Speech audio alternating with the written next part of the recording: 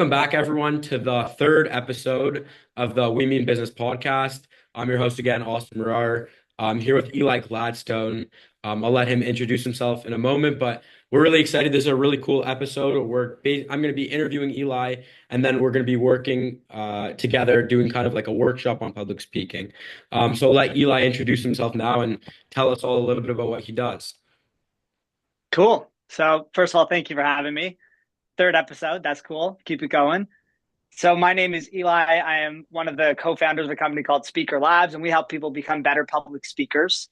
We predominantly work with leaders, executives of pretty large companies who have to give pretty high stakes presentations. But the truth is we work with people across the gamut, from people who are just starting their careers to people who are trying to progress up the ranks in a company.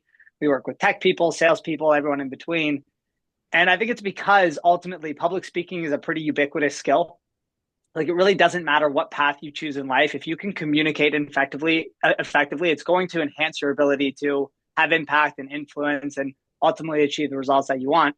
And so for people who value that stuff, I try to help them with it. All right, cool. So the first question I'll ask you is what inspired you to launch your own company? Well, so I think I always had a bit of an entrepreneurial itch. Like I sort of looked at people who started their own companies and I was like, that's kind of cool. I want to do that one day. But I think I simultaneously had this little voice of self-doubt that was like, no, you can't ever do that. You can't ever do that. And I think what made me ultimately start my company is when I realized that entrepreneurship means a lot of different things. And I think for a long time, I thought it meant start some tech company or build some billion-dollar unicorn organization. And when I defined entrepreneurship that way, it felt impossible and out of reach. And I think through a series of fortunate events in my career that I didn't plan, that just sort of like tracked that way, I realized that I had a desire to become a good communicator. And so I put a lot of my own energy into it. And I also realized that other people had a desire to become better communicators. And when I realized that people want to become better and I've worked really hard to become okay myself, there's a market opportunity there. And entrepreneurship really ultimately is just the ability to provide value to other people. And it doesn't have to be some life altering AI technology or app or something. So I think what prompted me to start it was just the recognition that entrepreneurship can be something simple. And the simple stuff that I was able to help people with could make for a good business. Yeah, that's great. When I think about entrepreneurship, I think it's when you intersect having a passion for something and then also having a passion for doing something by yourself and not following the kind of status quo. I feel like at Chat, a lot of people have been set where you have to go down this path or this path, and you can't break from that. And I think people like me, and I know a lot of other people at the school, look up to you because we're inspired to do something a little bit different. So that's great. I loved what you said. Cool. So I know from Startup Chat that you taught before you started your business, but I was wondering if you could Mm-hmm. touch a little bit on that, about how you fell into that when you finished school. So, so I went to business school, and when I graduated, at business school, and I think a lot of programs and a lot of universities, there's these job boards, and it's companies looking to recruit talent and find people to come and fill roles at their organizations. And I saw a job posting to become a faculty member at the Ivy Business School. And at first, I thought I shouldn't be seeing this. That's not for me. But I looked a little further into it, and they were actually hiring new grads to come and fulfill these roles. And I applied for it. I just went for it and had no expectation that I was going to get it, and then eventually went through the interview process and a few rounds of interviews and eventually got offered the job. And what's interesting actually is I almost turned it down. I almost said no and rejected the offer, not because I didn't want it. I thought it would be the coolest job in the world to be a professor at that part of this early phase of my career, but it was because I was scared to be in front of a room of 80 students every single day. And I was just like afraid of public speaking, basically. And I remember I spoke to someone who was a friend and a bit of a mentor to me, and they told me, if something scares you, take a moment and see if maybe that's actually a good compass to tell you where you should go rather than where you should steer clear of. And so I investigated a bit and I realized that it might be the best thing to do to take that offer because I was afraid of it. And I did, and it was a brilliant choice. And I'm very grateful to that person to have given me that guidance, because that job was wonderful for me. It was fun. I fell in love with teaching. I realized that teaching was something that I was really, really passionate about. I was forced to figure out public speaking and communication because at first it was just a fear avoidance thing. I didn't want to look like an idiot. And so I was thrown into this gauntlet and I needed to figure it out for myself. And it eventually became a passion. I realized that I had not just a passion for teaching, but a passion for communication too. So I feel very fortunate to have had that opportunity. That's cool. So talking about obviously starting your business and getting more into the nitty gritty of it, how did you build your Mm-hmm. initial client base when you started out? It's a good question. I think every company probably has their own path. And for us, we started with the belief that we need to build an incredible product. Like I think every business has to do sales and marketing, and they also have to do product development. And we were sort of the opinion that you have to, if you have a great product, it markets and sells itself. And so we started for the first 4 months when we launched the business. We quit our jobs. We weren't making any money. It was really scary, but we committed ourselves. We're not going to try to even get a client until we feel like we put something really, really special together. And so we spent about 3 months really, really locked in, just trying to figure out how to create so much value that would blow expectations out of the water. And then at that third month mark, we started trying to connect with people in our networks and former colleagues. And we connected with somebody who then mentioned that they had a friend who worked at a different company who was looking for communication training, presentation skill training. And so they put us in touch, and we got our first opportunity with that client through networking. And we had put so much effort and energy into our product and making it really, really valuable that on the heels of that first client, we got referred into two more clients. And after those two clients, we got referred into a handful of more clients, and it was sort of a snowball effect. And I don't know if it's the right approach for everyone who wants to go into entrepreneurship, but certainly I think a viable approach is to build something amazing and let the word of mouth and referral system go to work for you in the early days. That reaches a threshold, and we reached that threshold in our company. We needed to figure out ways to scale beyond just the word of mouth, but that's how it works for us. Cool. And then you just kind of touched on a little bit about, you reach that threshold where the word of mouth kind of stops and you have to continue to scale. So I was wondering if you could touch on how your company's expanded and evolved over time since from the start until now. Yeah, so I would say word of mouth never stops if you're offering real value. It always continues, but there's two problems with it. One is it's hard to scale word of mouth because you can't force someone to really truly refer and recommend something.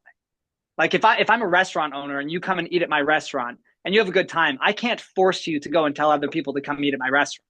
Yeah. I can only just deliver so much value that you just go home and talk to other people about it. You go to school the next day and you talk to all your friends about it, and then they want to go eat that food. Yeah. So there's an unpredictability to it, and there's a and and so it never stops, but you can't really stimulate it other than just try to do great things, and then the people who love it keep talking about it. And even if people talk about it and love it, it doesn't guarantee that those other people they speak to are going to come. So it's unpredictable and it's hard to stimulate it. And so it never goes away, but it does reach a certain maximum that you can't really move past or scale your business using that medium. Yeah. So we reached that threshold, and then we pivoted to, not pivoted, but we added a new medium for acquiring customers, which for us was paid marketing. A lot of people use content marketing or social media marketing. We use paid marketing, and for us it was Google, because what we wanted to capture was the people who go online looking for public speaking training for teams and for leaders in business. Those people searching, we want us to pop up and for them to be like, that company looks cool, and reach out to us, and then we could have a conversation and see if we're the right fit. Got it. And then, so talking a little bit about the acquisition of customers, I was wondering if you could Mm-hmm. touch on a little bit, like some of the biggest moments for you that stand out to your memory when you, like some of the coolest companies that you've worked with, if you could talk about that a little bit, or what like really made you feel fulfilled working with companies and like seeing the results of your hard work. So I mean, there's a lot of companies that we've had the luxury of working with. I think the cool thing about public speaking, like I mentioned earlier, is it is so ubiquitous. Like it doesn't matter what industry you're in or what role you're in or what level you're at, you're gonna have to present. you're going to have to communicate to people. And if you can do that more effectively, it's going to, at the very least, make you feel better about yourself because you feel more comfortable in those high stakes situations. And at the most, it's going to actually help you propel your career, have more impact, have more influence, achieve better results. There's so much value to it.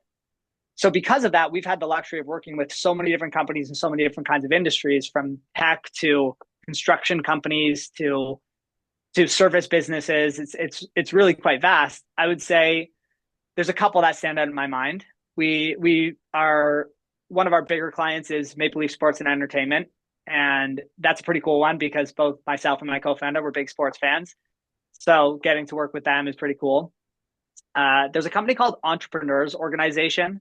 They're a global network of entrepreneurs who all own their own businesses. And we work with Entrepreneurs Organization to train a lot of entrepreneurs who feel like if they were better public speakers and communicators, they would be better leaders internally. They could be better thought leaders in the industries and marketplaces that they serve. And that company's global. So we've gotten to go to Singapore and Portugal and the UK and train around there. So those companies come to mind. But honestly, we get to work with so many cool companies, and I feel very grateful because of that. That's cool. So now like transitioning a little bit into the actual public speaking Let's element. do it. Yeah. So the first thing I want to ask is the first thing I want to say really. So I enjoy public speaking. I think I'm passionate about it. I like standing up in front of a room of people, but there are Mm-hmm. obvious things for me personally that I'm not good at. Like I'm not good with my ums. I say a lot. I say Mm-hmm. like. I take pauses. So Yeah. what are some of those? What are some tricks or basic things I could do or other people that have the same issue as me to fix that small issue? That issue, it's such an interesting one. It's very common at every level. We work with people who are CEOs of billion-dollar companies who struggle with that same thing. So that's a human struggle. That's not an Austin struggle. It's a human Yeah. struggle. So let me note something important about that stuff. People call it lots of different things: filler words, verbal glue, but there's an actual technical term for it, which is natural disfluencies. Most languages in the world have some form of natural disfluencies. So ums and uhs and likes and you knows, these are just natural disfluencies. And they're called natural disfluencies because humans use them very naturally, which means they're not a bad thing. In public speaking or in high stakes communication or presentations, the issue is the overuse. So if I say or like or every now and again, it's not a big deal. But the overuse distracts. So if I'm speaking and I start saying like a bunch of just ums and and likes, it's totally distracting from the message. So first, let me say you don't have to get rid of them. People think you got to get it to zero. You don't. You just have to get it to a level where it's not distracting. And fun fact, so obviously there's all these like AI voice bots in the world. Yeah.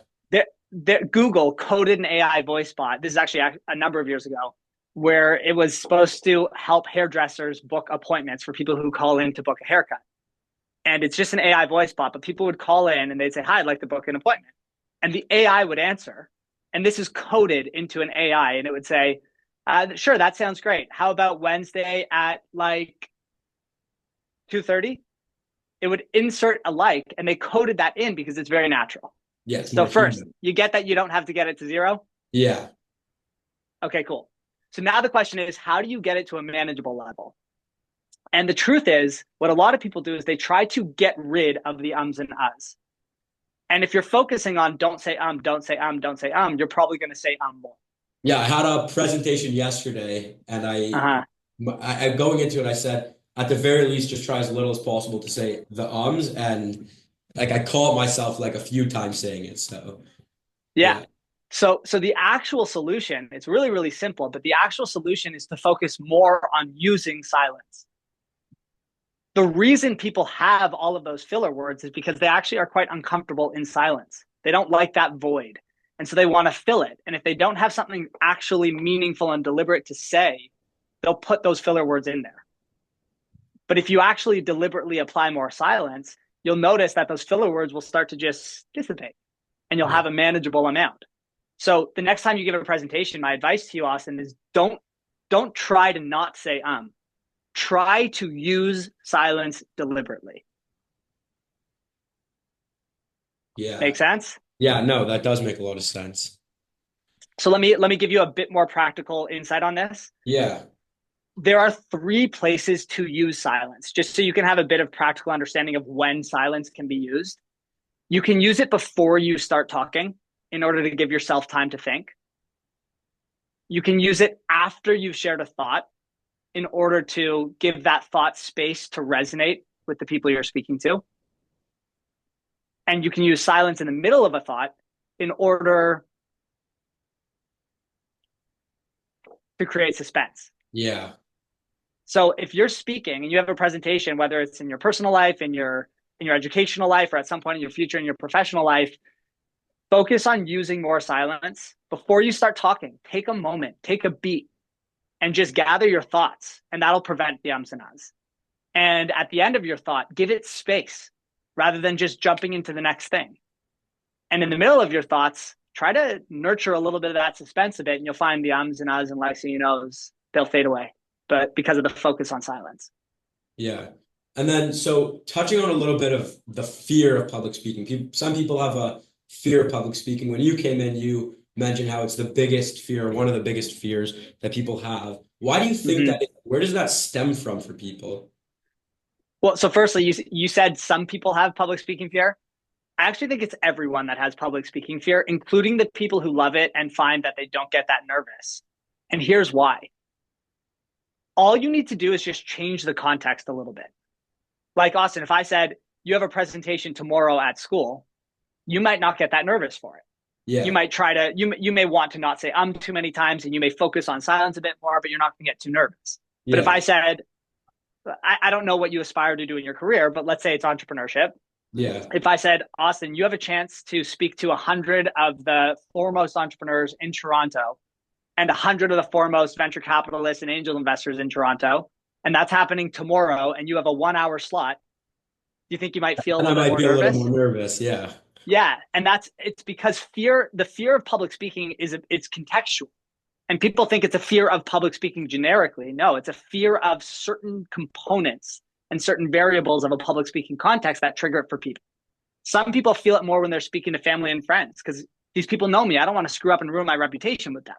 Some people feel it more with strangers because they don't want to ruin their first impression. So everybody feels this stuff.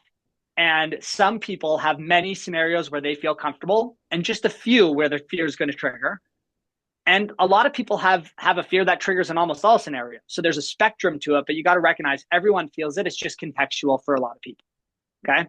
Yeah. So now to your question about where does it come from? Honestly, it's evolutionary. It's like coded into our DNA as human beings. And it's because you got to picture the world before we had Zoom calls, before we were able to speak through the internet and have computers and technology and sushi restaurants. Human beings, we are a social species. And there are many social species in the animal kingdom, and we are one of them. And social species, way back in the day, hundreds of thousands of years ago, they needed each other. They needed their tribe for survival. Like life and death, it was necessary to have your tribe. You needed to hunt in numbers because humans weren't the strongest or the fastest. We had the power of numbers, though. We needed to protect in numbers because we weren't the strongest or the fastest or the most aggressive. We needed to keep watch at night and tend the fire. We needed each other. And so what ended up happening is us human beings had to develop this very acute sensitivity to how are people perceiving me? Because if they're not perceiving me well, then I might lose rank in my tribe. And if it gets really bad, I'm going to get kicked out of the tribe. And a lone human back then was a dead human, predictably. And it became very visceral for us to recognize, okay, I got to make sure I maintain my standing here. Otherwise, really horrible things could happen. Now, today, if people give a horrible presentation and they get judged and they lose, and maybe they even have really negative consequences from a bad presentation, they're still fine. They get to wake up the next day, deal with the adversity, try to be resilient and have some grit, push through it and become more, and maybe even use that failure to grow. But we're still coded with this evolutionary mechanism that says, holy crap, there's a crowd here. I better make sure that I don't mess this up. So how do you avoid, or not avoid, I guess, but how do you deal with those fears if you have them about getting up in public speaking? What are the tools and tricks and ways you can decode that evolutionary idea of our DNA that we have a fear of messing up, or we have a fear of speaking to people and not wanting to embarrass ourselves? So I think it's a bit of like a hokey answer, and I kind of hate giving it, but it is very useful at the same time. Awareness is powerful. When you're aware of it, it's very, very powerful. So like, let's say you were walking through the jungle. You're on a nice little jungle walk, okay? And you hear a rustle in the bushes. You might get nervous for a moment because maybe that's a venomous snake or something. And in that moment, your fear triggers. And so it's totally understandable that in that moment your fear triggers because that could be an actual threat. But imagine that I then was standing beside you and I said, "Oh, by the way, Austin, there are no venomous snakes in this jungle." I'd feel All a of a little. sudden your fear is going to dissipate, right? And suppose I even went a step further and I said, "It's a really windy day. That rustle in the bushes, it was just wind. It was just wind, but your brain perceived it as a potential threat." And so public speaking, it's not that if you learn how to become a better public speaker, you master silence, so you reduce your filler words, you learn a whole set of strategies to become more effective. It's not like you're never going to mess it up. You're going to screw up presentations. There's no such thing as a human being who's achieved anything who hasn't messed it up along the way. And so what I think is really important is to recognize when that stuff triggers in you. For you, maybe it's when you're in front of 100 entrepreneurs and 100 venture capitalists. For other people, it's a different context. But when that triggers for you, know what that is. That's your brain telling you there's a venomous snake behind the bush. If you're aware of that, you can start to add another narrative, which is actually, no, that's just wind. There are no snakes here. Of course, you want to impress the entrepreneurs, and of course, you want to impress the VCs. And there's a chance that you don't. And the more you can accept the reality that maybe it doesn't go according to plan, the more likely you are to actually show up and handle the moment because you're not putting this added pressure on yourself like, holy crap, if this doesn't go well, I'm going to get bitten by a venomous snake and it's going to ruin my life. So it's the awareness of what's happening in you and starting to give yourself a bit of space to add a little bit more objectivity and perspective to it. So about that planning, and if it doesn't go your way, I think a big part of it that we deal with in school, and especially for older students, something that we're dealing with is, for example, university applications, where you're doing an online interview and you have no idea what the question is going to be, but you have to present yourself in 1 to 2 minutes. Or, for example, you're giving a presentation and your teacher wants to ask you questions. So, from a perspective of a young person who's dealing with something like that, how do we deal with tough questions or tough situations or interruptions when they come up while presenting? It's an interesting question. Can you give me a little bit more color? Are you looking for practical and tactical strategies, or are Yeah, you so looking for a bit more of a mindful thing? if I'm doing a supplementary application and a question appears that I have to answer, what are strategies I can use to not get flustered while speaking? Or if a teacher asks me a question about my presentation, what's a practical tool or way that I can answer that or not get flustered while answering? Yeah. So if you get flustered, there's two steps that happen when somebody gets flustered. Step one is something unexpected happens and it triggers them and they get flustered. That's fine. That happens to everyone, literally everyone. There's no human. I've worked with some insanely successful people, and when I'm sitting in the room with the CEO of a $16 billion company, they say things like that. Well, what happens if my board of directors ask me a question that I'm not expecting and I get flustered? So that's not something that happens to humans and they get flustered. That you can't get rid of. That is a human experience. You can't get rid of that. And in fact, that reaction is sometimes useful. Where something unexpected comes and you tighten up a little bit, it's putting you on guard. What the real issue is that what most people do is then they double down on it and they think, oh crap, I'm flustered now. Now what do I do? How am I going to handle this? Oh crap, oh crap, oh crap. You want to know what that's doing? Is that's taking up all of your mental bandwidth away from actually handling the situation. Like imagine for a moment, Austin, that you had 10 units of mental bandwidth and that's it. All you had was 10 units. And someone throws a question to you and it's unexpected and you get flustered in that moment. That happens. Your body might feel some things, your heart rate might pick up, your breathing might change a little bit. That's normal. That's human. We all feel that stuff. But then imagine you double down on it, and 9 of the 10 units of your mental bandwidth were allocated toward, oh crap, how am I going to answer this? What could I possibly say? This isn't going to go well. Now I'm not going to succeed in the interview, and then I'm not going to get into the school that I want, and then I'm not going to get the job that I want, and then I'm not going to have the career that I want. Now I'm a failure, and oh my God, oh my God, oh my God. If that's happening, you want to know what you have? You have 1 unit of mental bandwidth to answer the question. So my advice is, when that flustered stuff happens, recognize that's okay. You're a human being. Welcome to the club. You just got flustered. All good. Now take a moment. Silence is your best friend in those scenarios. But in that silence, don't double down on it. Actually use your mental bandwidth. Maybe have 2 units of mental bandwidth allocated towards, oh crap, and have 8 units of mental bandwidth allocated towards what was the question and what do I think is a reasonable answer, and just share what comes to mind. And that's the freedom that allows people to handle the unexpected in communication. That makes sense? Yeah, that does. So something else that's obviously I don't think is talked about enough, and I think people underutilize, especially from what I see from my peers, is body language. So I was wondering if you Mm-hmm. talk about some tips on how to have effective body language while speaking. If you look closed off and reserved, it's kind of hard to give off that level of confidence that you want to have while speaking.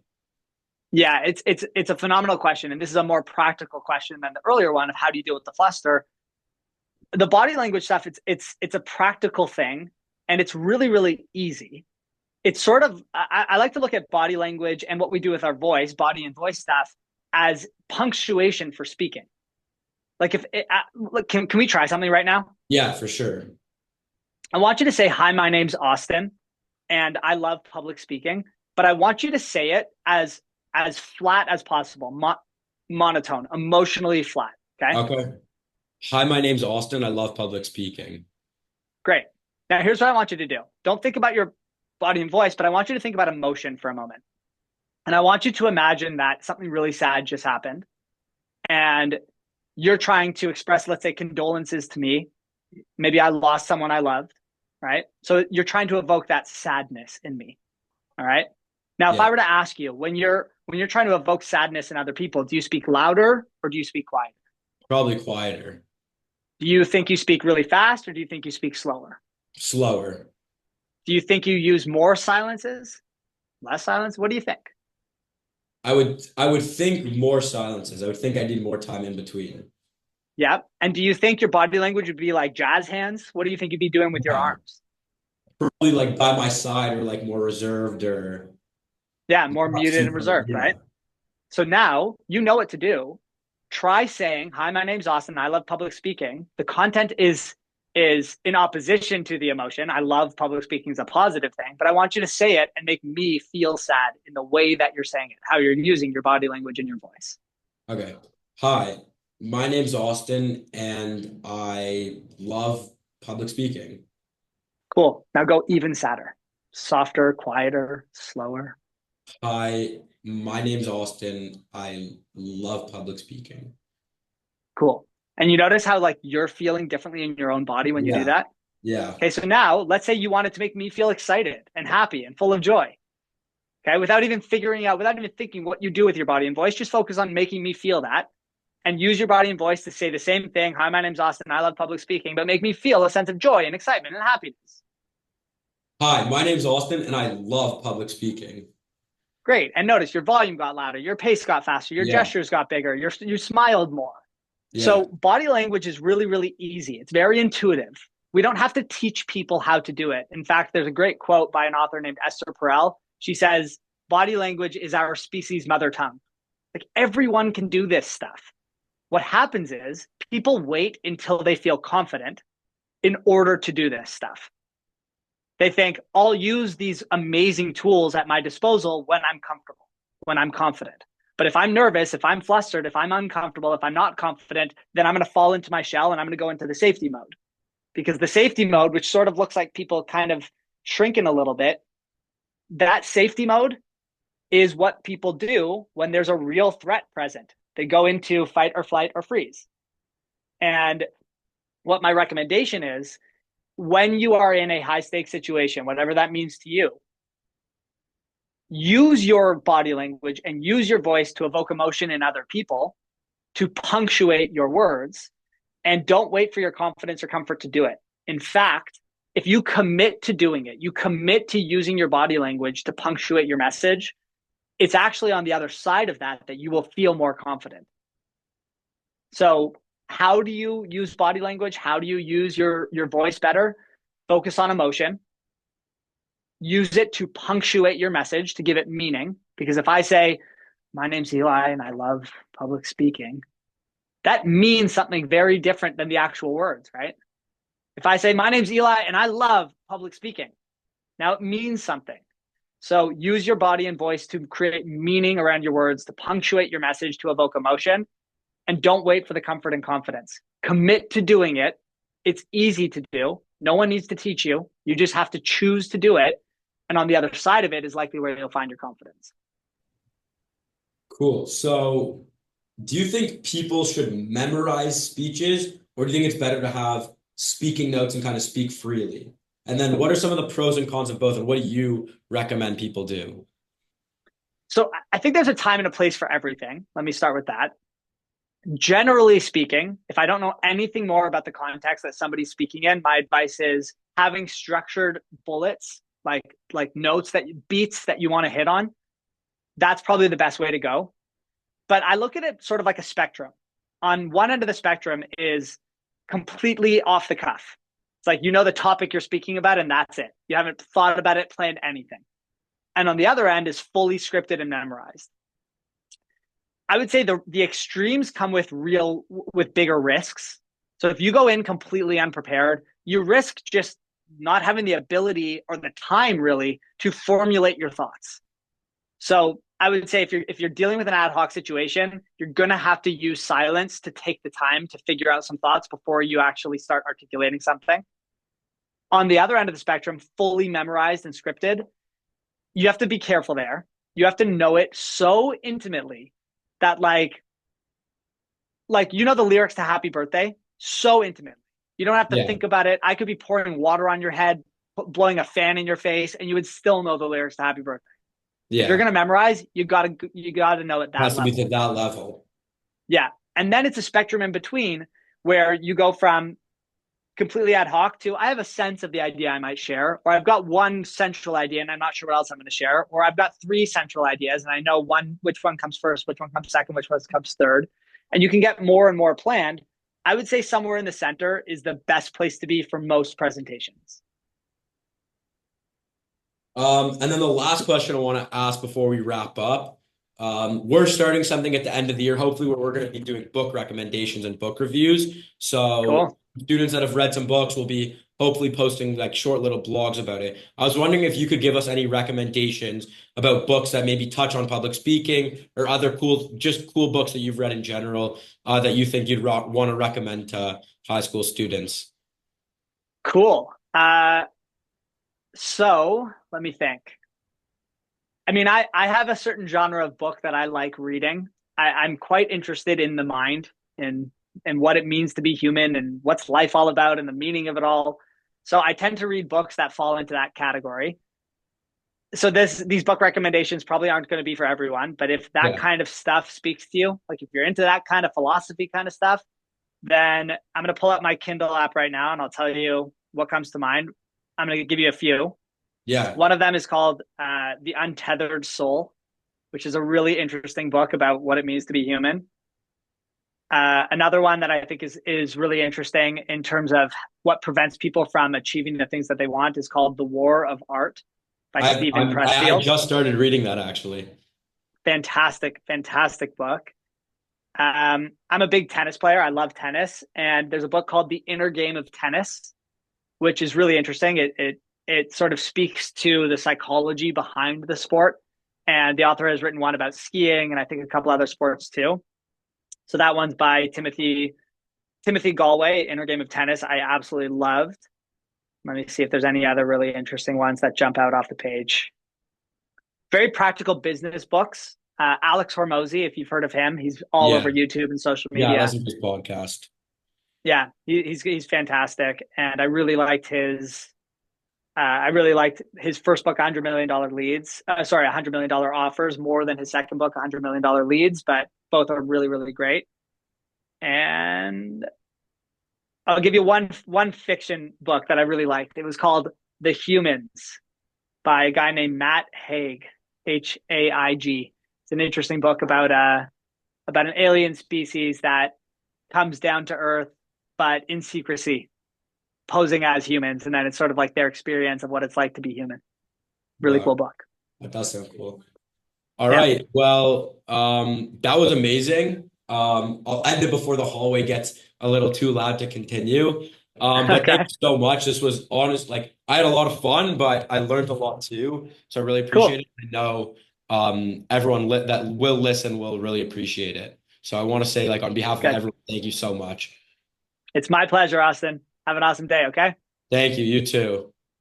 Okay. Take All it right. easy. Cheers. Bye. Bye.